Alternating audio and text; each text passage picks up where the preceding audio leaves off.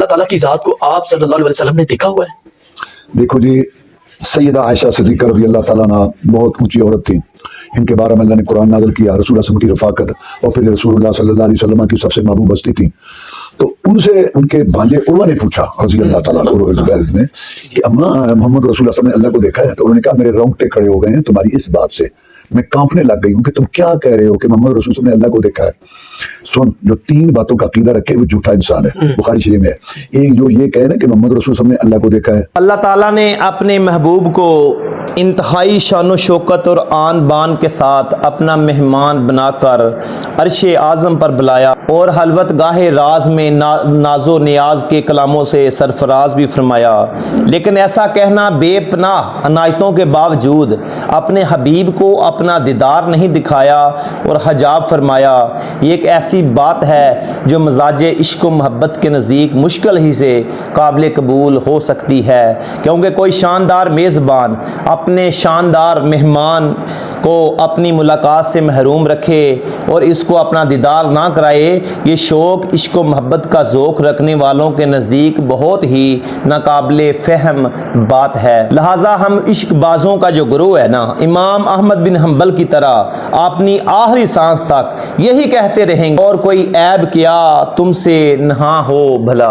और मरूज़ी कहते हैं कि मैंने इमाम अहमद से कहा कि लोग हज़रत आयशा सिद्दीक़ा रज़ियल्लाहु अन्हा से रवायत कर देते हैं कि वो फरमाती हैं कि जिसने ये गुमान किया कि मोहम्मद सल्लल्लाहु अलैहि वसल्लम ने अल्लाह को देखा है, उसने अल्लाह ताला पर झूठ बांधा है। तो हम सईदा आयशा के इस कौल का जवाब क्या दें? और इमाम अहमद कहते हैं कि नबी सल्लल्लाहु अलैहि वसल्लम के फरमान के जरिए जवाब दो। उन्होंने कहा वो कैसे? तो कहने लगे आप सल्लल्लाहु अलैहि वसल्लम का फरमान अल्लाह को देखा है, सरकार का फरमान है ना कि मैंने अल्लाह को देखा है, माज़ाकल बसर व मा तगा, टिकटकी लगा कर देखा है। यह रसूलुल्लाह का फरमान अम्मा आयशा सिद्दीक़ा के इस फरमान से बड़ा है कि वो कहती हैं कि जो कहते हैं कि नबी ने अल्लाह को देखा है, उसने अल्लाह पर झूठ बांधा। इमाम अहमद बिन हम्बल फरमाते हैं रसूलुल्लाह सल्लल्लाहु अलैहि वसल्लम का ये फरमान, खुद का फरमान कि मैंने अल्लाह को देखा है, माज़ाकल बसर व मा तगा, टिकटकी लगा कर देखा है और बड़ी अहसन सूरत में देखा है कि सरकार का ये अपना फरमान अम्मा आयशा सिद्दीक़ा के फरमान से बड़ा है। और बाकी हज़रत आयशा सिद्दीक़ा रज़ियल्लाहु तआला अन्हा जो रसूलुल्लाह सल्लल्लाहु अलैहि वसल्लम के घर हिजरत के बाद में आई, लेकिन मराज शरीफ का जो वाक़या है वो हिजरत से पहले का है। तब आप रज़ियल्लाहु अन्हा की उम्र मुबारक 3 या 4 साल थी। और दूसरी बात, अगर रसूलुल्लाह सल्लल्लाहु अलैहि वसल्लम ने अपनी ज़बान मुबारका से इस बात का इनकार करके अम्मा आयशा सिद्दीक़ा रज़ियल्लाहु तआला अन्हा को बताया होता, तो जब आप रज़ियल्लाहु अन्हा से पूछा गया कि क्या रसूलुल्लाह ने अल्लाह को देखा है, तो जवाब में आप रज़ियल्लाहु तआला अन्हा ये फरमाती कि जिसने ऐसा कहा उसने झूठ कहा। तो फौरन वो हदीस पेश करती कि मुझे तो खुद नबी करीम सल्लल्लाहु अलैहि वसल्लम ने फरमाया है कि नहीं, ऐसा नहीं हुआ। लेकिन आप रज़ियल्लाहु तआला अन्हा ने ऐसा नहीं कहा, आप सिर्फ इस्तदलाल कर रही हैं कि अल्लाह ताला फरमाता है कि कोई आंख उसे देख नहीं सकती, लिहाजा मालूम हुआ हजूर ने दीदार नहीं किया।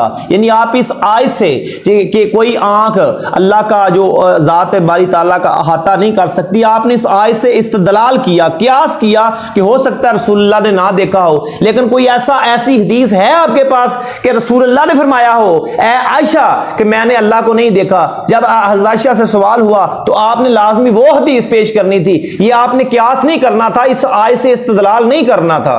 और ये आप रज़ियल्लाहु तआला अन्हा का अपना इज्तिहाद है, अपना कियास है, जबकि इब्ने अब्बास जो इस हदीस को बयान करने वाले हैं नबी सल्लल्लाहु अलैहि वसल्लम से सुनकर और आप से मंसूब करके बयान कर रहे हैं। इब्ने अब्बास खुद सुन रहे हैं, नबी सल्लल्लाहु अलैहि वसल्लम की तरफ मंसूब कर रहे हैं, कहते हैं मैंने खुद सुना है, सरकार कहते हैं मैंने अल्लाह को देखा है। और तुम बदबख्त हो, तुम नबी की शान को घुटाना चाहते हो, तुमने इब्ने अब्बास वाली ये हदीस तो ना ली, तुमने वो ले ली जो खुद से हज़रत अम्मा आयशा सिद्दीक़ा इस्तदलाल कर रही हैं, जो कियास कर रही हैं। तुम कुरान भी पढ़ते हो तो नबी सल्लल्लाहु अलैहि वसल्लम की जो ऐब जुइयां तलाश करने के लिए तुम ऐसी कुरानी आयात तलाश करते हो जिनसे तुम अपना कियास लगाकर इस्तदलाल करते हो, किससे नबी की शान घट रही है। लेकिन पूरा कुरान अल्लाह के नबी सल्लल्लाहु अलैहि वसल्लम की शान है लाख, लेकिन पढ़ने वाले के मजाक मिजाज में ये फर्क होता है कि कोई इस सूरत फतह से नबी को गुनाहगार कर देता है और कोई आला हजरत मुजद्दिद दीन मिल्लत कहते हैं नबी तेरे वसीले से तेरे अगलों के और तेरे पिछलों के गुनाहों को माफ कर दिया।